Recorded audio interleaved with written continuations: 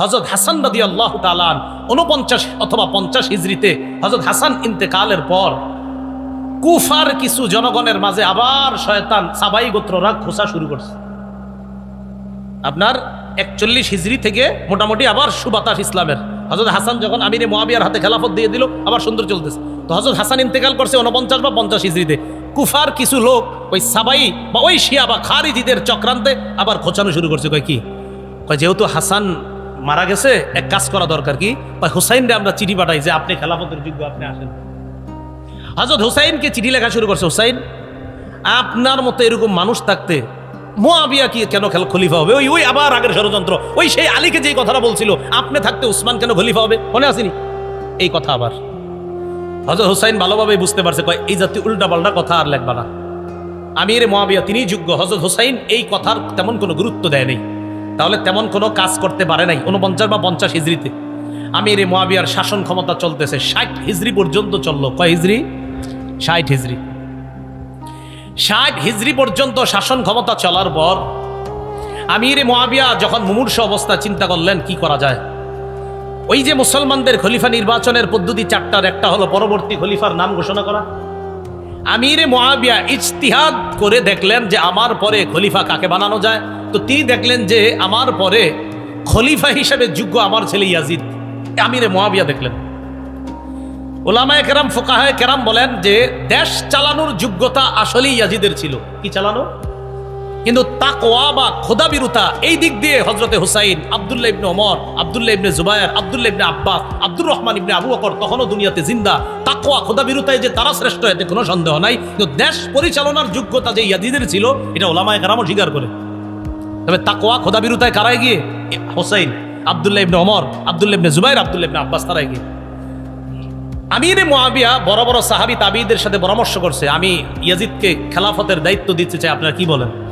তো তারা বলল, হ্যাঁ, দেশ পরিচালনায় ইয়াজিদকে দিতে পারেন। ততদিন পর্যন্ত ইয়াজিদের থেকে কোনোরূপ খারাপ কিছু প্রকাশ পায় নাই। তো আমিরে মুআবিয়া পরবর্তী খলিফার নাম ঘোষণা করে গেছে। আমিরে মুআবিয়ার সম্পর্কে ইয়াজিদ কি হয়?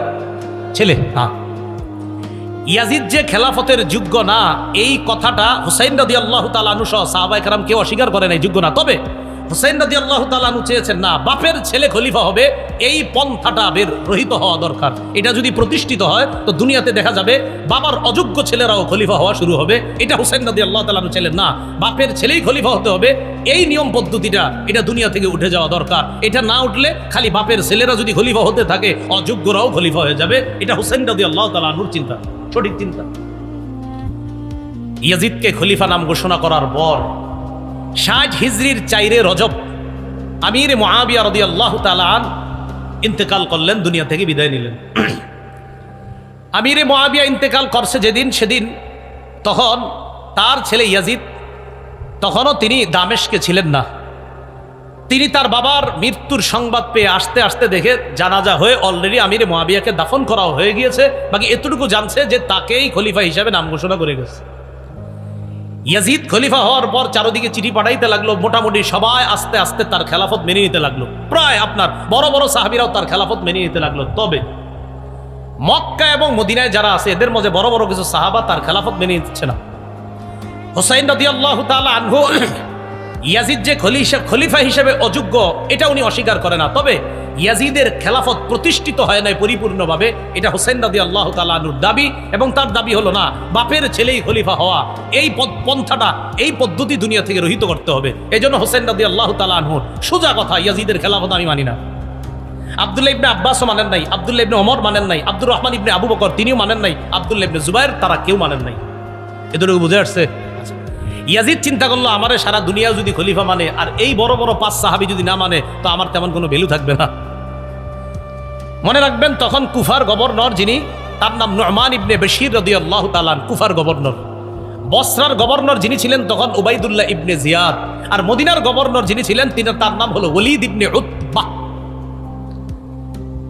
ইয়াজিদ খলিফা হওয়ার পর ওলীদ ইবনে উতবার কাছে চিঠি পাঠাইল, তুমি যেইভাবে হোক, যেই পদ্ধতি হোক, তাড়াতাড়ি হুসাইন, আব্দুল্লাহ ইবনে জুবায়ের, আব্দুল্লাহ ইবনে ওমর, আব্দুল্লাহ ইবনে আব্বাস, এদের থেকে তাড়াতাড়ি বায়াত নাও। এদের থেকে যদি বায়াত না নাও, তাহলে কিন্তু আমার অবস্থা তেমন ঠিক হচ্ছে না। তাড়াতাড়ি এদের থেকে আমার পক্ষে বায়াত নাও। এতটুকু বুঝে আসছে? কুফা থেকে তখন শত শত চিঠি আসতে লাগলো হুসাইন রাদিয়াল্লাহু তাআলা আনহুর কাছে। হুসাইনকে চিঠিতে লিখতেছে, নবীর নাতি, আপনি হযরত আলীর সন্তান, আপনার মতো যোগ্য ব্যক্তি থাকতে ইয়াজিদকে আমরা কেউ খলিফা হিসেবে মেনে নিতে পারছি না। কুফার জনগণ আমরা কেউ তাকে খলিফা হিসেবে মানব না।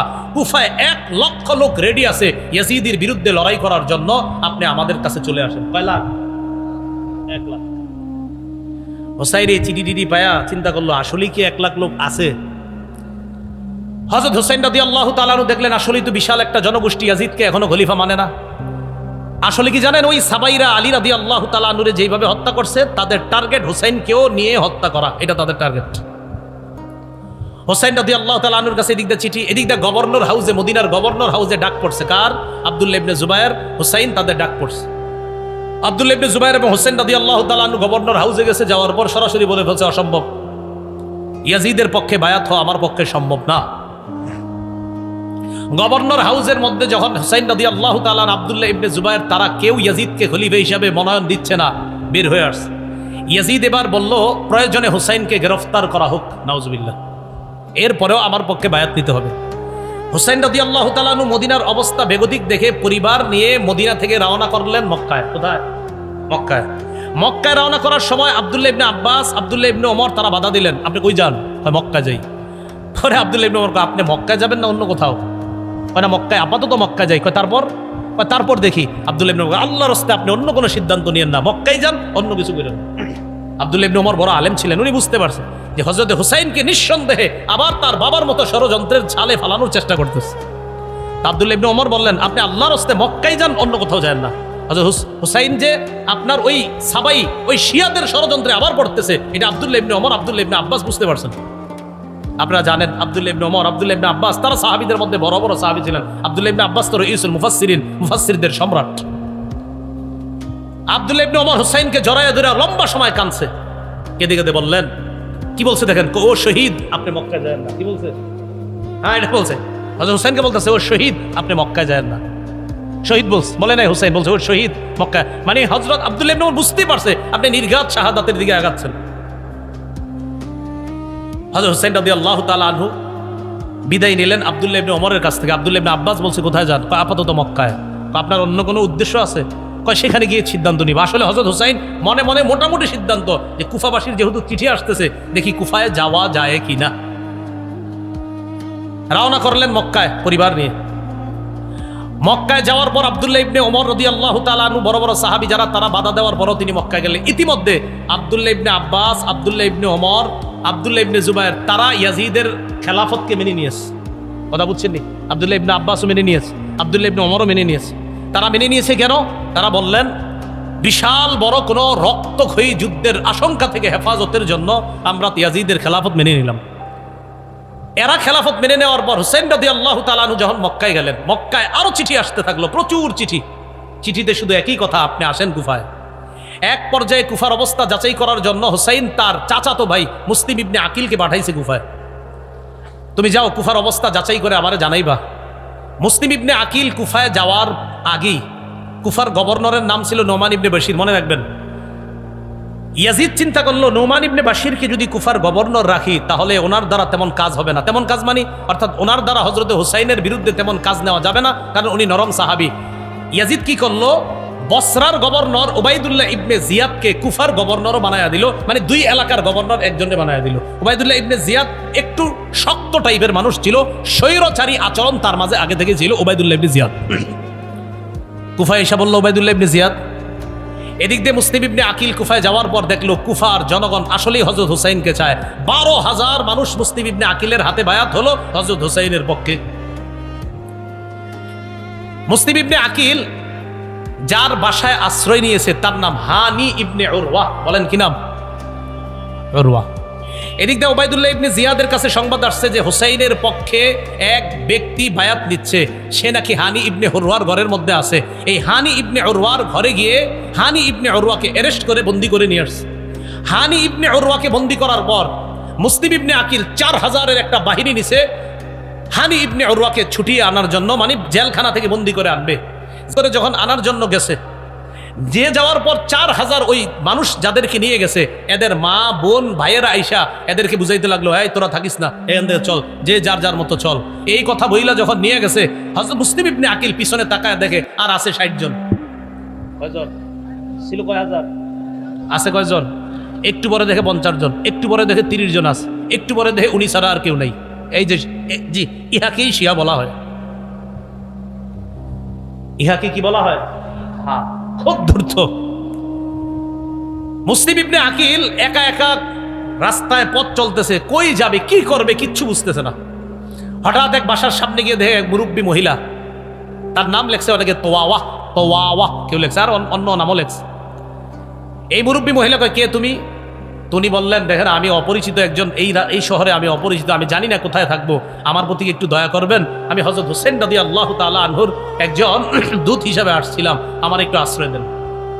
তিনি তাকে ঘরে আশ্রয় দিলেন। তার ছেলে আবার বাহির থেকে আইসা জানতে পারছে আমাদের ঘরে একজন মেহমান আছে, দেখে কি আম্মা আপনার ওই চুপে চুপে ওই মেহমানকে খানা পৌঁছায়, পানি পৌঁছায়। ছেলে সন্দেহ করলো, আম্মা কাকে খানা দেন? এক পর্যায়ে বলতে বাধ্য হয়েছে যে এক ব্যক্তি আমগো ঘরে আশ্রয় নিছে। গিয়ে দেখে এই সেই ব্যক্তি, তার নাম মুসলিম ইবনে আকিল, যাকে গ্রেফতারি পরোয়ানা পুরা কুফার মধ্যে চলতেছে। ওবায়দুল্লাহ ইবনে জিয়াদকে জানায়া দিল। জানায়া দেওয়ার পর মুসলিম ইবনে আকিলকে অ্যারেস্ট করছে। মুসলিম ইবনে আকিলের অ্যারেস্ট করার লম্বা হিস্ট্রি আছে, যেদিকে যাব না। গভর্নর হাউসের ছাদের উপর উঠায়া সেখান থেকে নিচে ফালায়া মুসলিম ইবনে আকিলকে হত্যা করছে। মুসলিম ইবনে আকিলকে হত্যা করার আগে আর শাস নামে এক ব্যক্তিকে মুসলিম ইবনে আকিল কানে কানে বলছে, আহারে নবীর নাতি হুসাইনকে আমি চিঠি পাঠিয়ে দিছি কুফায় আসার জন্য, যদি পারেন মেহেরবানি করে আপনি তাড়াতাড়ি খবর পাঠান নবীর নাতি হুসাইন যেন কুফায় না আসে।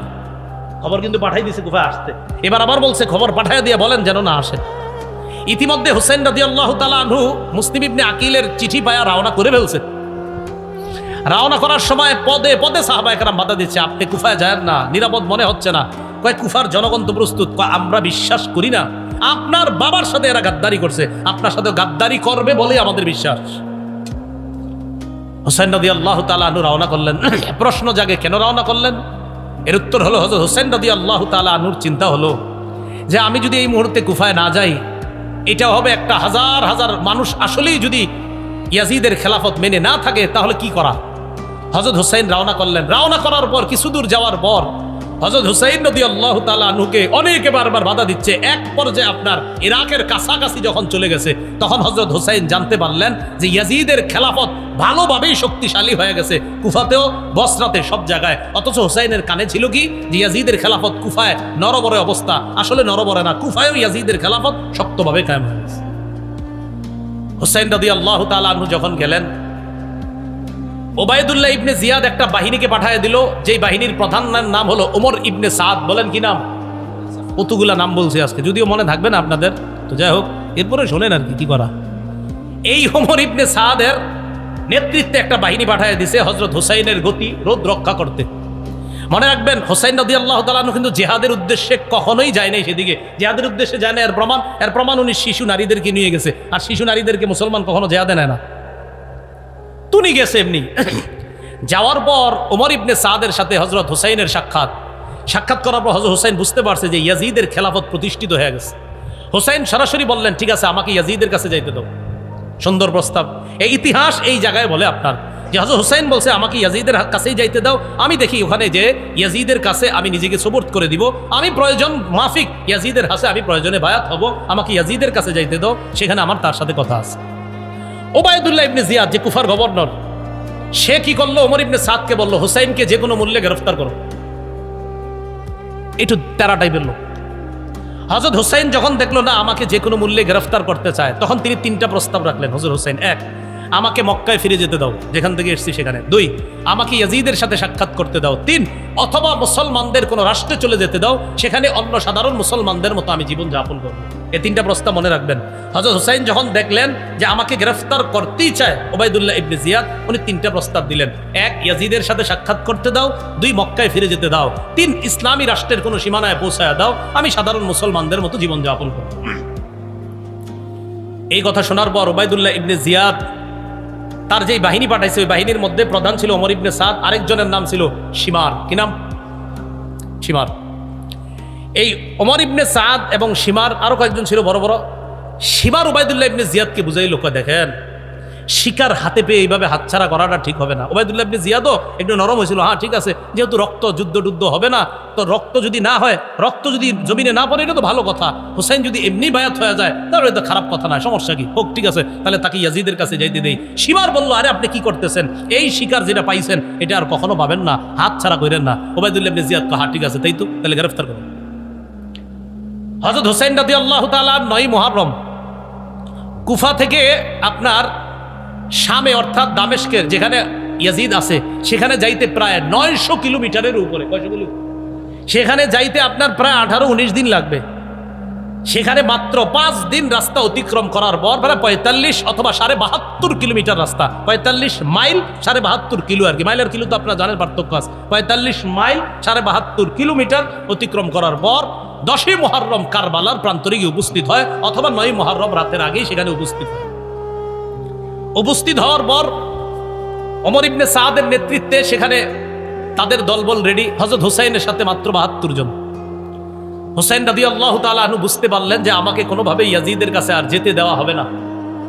10 মুহররম সকালবেলা ফজরের নামাজ, এই নামাজে ওমর ইবনে সাদ তার নেতৃত্বে দলবল নিয়ে উপস্থিত ফজরের নামাজ পড়ল। কোন কোন বর্ণনাকারী ঐতিহাসিকরা লেখছে এরাও হযরত হুসাইনের ইমামতিতে ফজর পড়ছে। হুসাইন ইমামতি করছে, ওই বিরোধী দলও তারা হযরত হুসাইনের ইমামতিতে নামাজ পড়ছে। কারবালার প্রান্তরে ফজরের নামাজের পর যুদ্ধের ঘোষণা হলো। এর আগের দিনের রাতের ব্যাপারে ঐতিহাসিকগণ কিছু কথা লেখছে। হযরত হুসাইন তাঁবুর মধ্যে ঘুমায় কিছু স্বপ্ন দেখছে, তার বোন পাশে ছিল। স্বপ্ন দেখার পর হঠাৎ উঠে উঠছে, বোন জিজ্ঞাসা করছে ভাইজান কি হয়েছে? হযরত হুসাইন বললেন কিছু না। আবার বলছে কি হয়েছে? তো বললেন অচিরে আমি আমার নানার সাথে সাক্ষাৎ করব, অচিরে আমি আমার নানার সাথে সাক্ষাৎ করবো, ইত্যাদি আরো অনেক শব্দের কথা লেখছে। বোন কান্না শুরু করছে। হুসাইন বললেন সাবধান, আমি ইন্তেকালের পর তোমরা আমারে নিয়ে মাতম করবা না। কি করবা না বলেন জোরে, কি করবা না? কি করতেছেন? হযরত হুসাইন বলতেছে সাবধান, আমি ইন্তেকালের পর এই সমস্ত কিছু করবা না। বোন রে বলতেছে হুসাইন। তো হুসাইনের অনুসরণ দাবি কইরা, হযরত হুসাইনের অনুসরণ যদি করেন যে আমরা তার আশেক দাবি করে উল্টা পাল্টা যদি তাকে কেন্দ্র করে আমরা করি, এটা হযরত হুসাইনের প্রতি মহব্বত হবে না, এটা বরং ওই সাবাই গোত্র যে মিশন বাস্তবায়ন করতে চেয়েছে ওই মিশন বাস্তবায়নের একটা প্রতিফলন এই যুগেও ঘটে। যারা হুসাইনকে কেন্দ্র করে নিজেদের শরীর রক্তাক্ত করে শরীরের উপর জুলুম করে, এটা হুসাইনের মহব্বত পরিচয় না, বরং ওই সাবাই গোত্রের মহব্বতের পরিচয়। যারা চাইছে মুসলমান উল্টা পাল্টা করতে থাকে, নিজের বোনরে বলছে সাবধান, কান্নাকাটি করবা না। আপন বোনরে বলে দিচ্ছে এগুলো করবা না, আমার ইন্তেকালের পর উল্টা পাল্টা কিছু করবা না, একদম স্পষ্ট আল বিদায় নেহার বর্ণনা। 10 মুহররম কারবালার প্রান্তরে লড়াই শুরু। লড়াইয়ে আপনার নু'মান ইবনে বাশির রাদিয়াল্লাহু তাআলা আনহু সেখানে এসেছিলেন। না, নু'মান ইবনে বাশির না, আপনার ওই প্রান্তরের মধ্যে হুর ইবনে জিয়াদ তিনিও এসেছিলেন। এই হুর ইবনে জিয়াদ যখন দেখলেন নবীর নাতির বিরুদ্ধে আমরা অস্ত্র উঠেই দিয়েছি, অনেক মায়া লেগে গেছে, তিনি জোরে একটা চিৎকার দিলেন, এই তোমরা কার বিরুদ্ধে লড়াই করতেছো? এ তো মুহাম্মদ সাল্লাল্লাহু আলাইহি সাল্লামের নাতি। উনি তার দল ছেড়ে হযরত হুসাইনের দলে যোগ দিছে কয়েকজন নিয়ে। তো তিনিও লড়াই করতে করতে শহীদ হয়ে গেছে। হযরত হুসাইনের সাথে যারা ছিল আস্তে আস্তে সবাই শহীদ হয়ে গেছে। হযরত হুসাইনের সন্তান আব্দুল্লাহ, আরে নাবালেগ শিশু বাচ্চা, এই বাচ্চাটাকে শহীদ করে দেওয়া হয়েছে। হযরত হুসাইন একা কারবালার প্রান্তরে। কারবালায় হযরত হুসাইন যখন একা, বিপরীত পক্ষ সৈন্য যারা তাদের মাঝে কেউ সাহস করতেছে না হযরত হুসাইনকে হত্যা করার জন্য। হযরত হুসাইনের ব্যাপারে ঐতিহাসিকগণ লেখছেন উনি যখন একা লড়াই করতেছিলেন মনে হচ্ছিল যেন হাজারো যোদ্ধার শক্তি নিয়ে লড়াই করতেছিলেন একা। তো এক পর্যায়ে উনি নিস্তেজ হয়ে এক জায়গায় বসা, কেউ তার উপরে তরবারি উঠানোর জন্য সাহস করতেছে না, কারণ প্রত্যেকের চিন্তা যে আমার তরবারি দ্বারা যেন নবীর নাতির শহীদ না হয়। প্রত্যেকের যে না, ও ভাই আমার তরবারি যেন নবীর নাতির উপরে না পড়ে, প্রত্যেকে এই ভয় পাইতেছে যে না আমি না। আরেকজন কয় আরে তুমি করো, এই প্রত্যেকেই বলতেছে না অন্যজন। সীমার চিন্তা করে দেখলো ঘটনা কি, কেউ হত্যা করতেছে না কেন। হঠাৎ বললো আচ্ছা তোমরা দুশ্মনের উপর অস্ত্র চালাচ্ছ না কেন? সীমারের এই কথা শুই না, আরেকজনের নাম সিনান। এই সীমারের কথায় সিনান, কেউ কেউ আরেকজনের নাম লেখছে আপনার, তারা দুইজনে মিলে একজন অস্ত্রের আঘাত করছে, আরেকজন বর্ষার আঘাত করে হযরত হুসাইনের দেহ থেকে কল্লা থেকে মস্তক আলাদা করে দিচ্ছে। কারবালার প্রান্তরে হযরত হুসাইন রাদিয়াল্লাহু তাআলা আনহু শহীদ হয়ে গেলেন কারবালার প্রান্তরে। হযরত হুসাইন রাদিয়াল্লাহু তাআলা আনহুর শাহাদাত, এটা কেন্দ্র করে আমরা যে বিষয়গুলো বুঝি যে সর্বশেষ তিনি চেয়েছিলেন ইয়াজিদের সাথে দেখা করার জন্য, তিনি মক্কায় ফিরে যেতে চেয়েছিলেন, তিনি চেয়েছিলেন ইসলামী কোনো রাষ্ট্রে চলে যাওয়ার জন্য এই জায়গায় খলনায়ক হিসেবে যাদেরকে দাঁড় করানো যায়, উল্লেখযোগ্য একজন উবাইদুল্লাহ ইবনে জিয়াদ, সিনান তাদেরকেও দাঁড় করানো যায়। আর ইয়াজিদের সেই ঘোষণা যে উবাইদুল্লাহ ইবনে জিয়াদকে বলেছিল যে শোনো, আমার বিরোধিতা যেই করবে তাকে অ্যারেস্ট করবা, তাকে গ্রেফতার করবা, যাকেই আমার বিরুদ্ধে পাবা তাকে অ্যারেস্ট করবা। এই ঘোষণাটাও এটা সঠিক ঘোষণা ছিল না। উবাইদুল্লাহ ইবনে জিয়াদের যে ঘোষণা যে হুসাইনকে কোনোভাবেই ইয়াজিদের কাছে পৌঁছতে দেওয়া যাবে না, এটাও ছিল অনেক বড় অন্যায়। এইভাবে আপনার মুসলমানদের এই যে রক্তে রঞ্জিত হওয়ার খেলা, সেই খেলা যে শুরু হলো, মুসলমানদের এই ইতিহাস ঐতিহ্য নষ্ট করার পিছনে মূল কারণটা কি? আমরা যে কারণটা জানলাম সেটা হলো খেলাফত ব্যবস্থাটা ধ্বংস করা। আর খেলাফত ব্যবস্থা ধ্বংস করলো কিভাবে? দেখলো মুসলমানদের একতা, এই একতা নষ্ট যারা করলো ওই তারাই মুসলমানদের হাতে মুসলমানদের রক্ত রঞ্জিত হওয়ার ইতিহাসটা রচনা করছে। মুসলমান কখনো মুসলমানকে অস্ত্র চালাইতো না, ওই সাবাইরা এটা শুরু করলো। এইভাবে আস্তে আস্তে আপনার স্পেন শাসন করলো 800 বছর। এই স্পেনও শাসন 800 বছর করার পর মুসলমানরা এক ষড়যন্ত্রের শিকার হয়ে স্পেন হাতছাড়া করলো। ভারত উপমহাদেশ প্রায় 400 বছর শাসন করলো, এখানেও মুসলমান ষড়যন্ত্রের শিকার হলো। মূল কথা মনে রাখবেন, মুসলমান ঐক্যবদ্ধ জাতি হিসাবে থাকতে হবে। তৃতীয় পক্ষের ষড়যন্ত্রে মুসলমান যখনই কান দিবে তখন মুসলমান বিপদে পড়বে। মুসলমানদের একতা নষ্ট হয়ে গেলে তখন এই মুসলমানদের বিজয়ের পরিবর্তে পরাজয়ের গালি গ্রহণ করতে হবে। এই জন্য আমরা সবাই আজকের ইতিহাস থেকে যে বিষয়টা জানলাম, সবচেয়ে বেশি জরুরি এখন আমাদের একতা। কি দরকার বলেন তো? একতা। তো একতা হবে কিভাবে? আমার পাশে আরেক হুজুরে বয়া দেন, উনি আমার বিরুদ্ধে কয়, আমি ওনার বিরুদ্ধে কই, তো লাভ কি? এমনি আর একতা হবে কিভাবে? আল্লাহ আমাদের সকলকে, প্রাথমিক কথাগুলো কারবালার ইতিহাস তো অনেক শুনছেন, এটার চেয়ে বেশি মনে রাখবেন যে আমাদেরকে শেষ করে দিল কবে থেকে, ওই জায়গাগুলো মনে রাখবেন যে আমাদের তো উত্থান সুন্দর ছিল। মনে থাকবেনি কত হিজরিতে? 1835 হিজরির 18ই জিলহজ বা 17ই জিলহজ হযরত উসমানকে শাহাদাতের মাধ্যমে মুসলমানদের যে একতা নষ্ট হয়েছিল, ওই একতাটা আজও পর্যন্ত ফিরে আসে নাই। আমরা আল্লাহর কাছে দোয়া করব যে মুসলমান সারা পৃথিবীর যারা আমরা ঐক্যবদ্ধ জাতি হিসাবে থাকার চেষ্টা করব। আল্লাহ পাক রব্বুল আলামিন আমাদের সকলকে আজকে যে কথাগুলো জানলাম একতা যেন আমরা অর্জন করতে পারি, আল্লাহ তৌফিক দান করেন। আমিন ওয়া আখিরু দাওয়ানা আলহামদুলিল্লাহি রাব্বিল আলামিন।